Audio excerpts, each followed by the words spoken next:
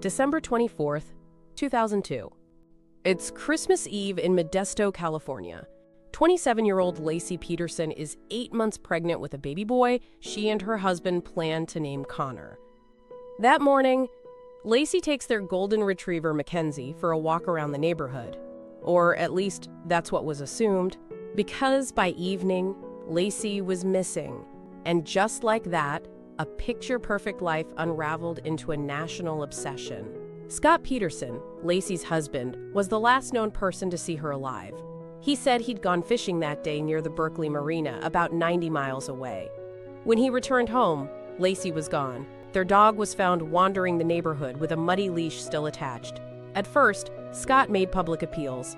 He stood next to Laci's family. He said he just wanted his wife home. But then the cracks began to show. Police learned something Scott hadn't told them. He was having an affair. A massage therapist named Amber Frey came forward. She told police that Scott had claimed he was single and that his wife had died. He said this to her before Laci was even reported missing. It was a moment that shifted everything. Scott went from grieving husband to prime suspect. 4 months later, the case took a devastating turn. On April 13, 2003, the body of a baby was found on the shoreline of San Francisco Bay. It was Connor. 1 day later, a partial female torso was discovered nearby. DNA confirmed it was Laci. The nation had its answer. Scott Peterson was arrested just miles away, carrying cash, multiple cell phones, and dyed hair. The trial began in 2004. There was no smoking gun, no witnesses, no direct evidence of murder. But the circumstantial case was strong. The lies, the affair, the changing story. On November 12, 2004, Scott Peterson was convicted.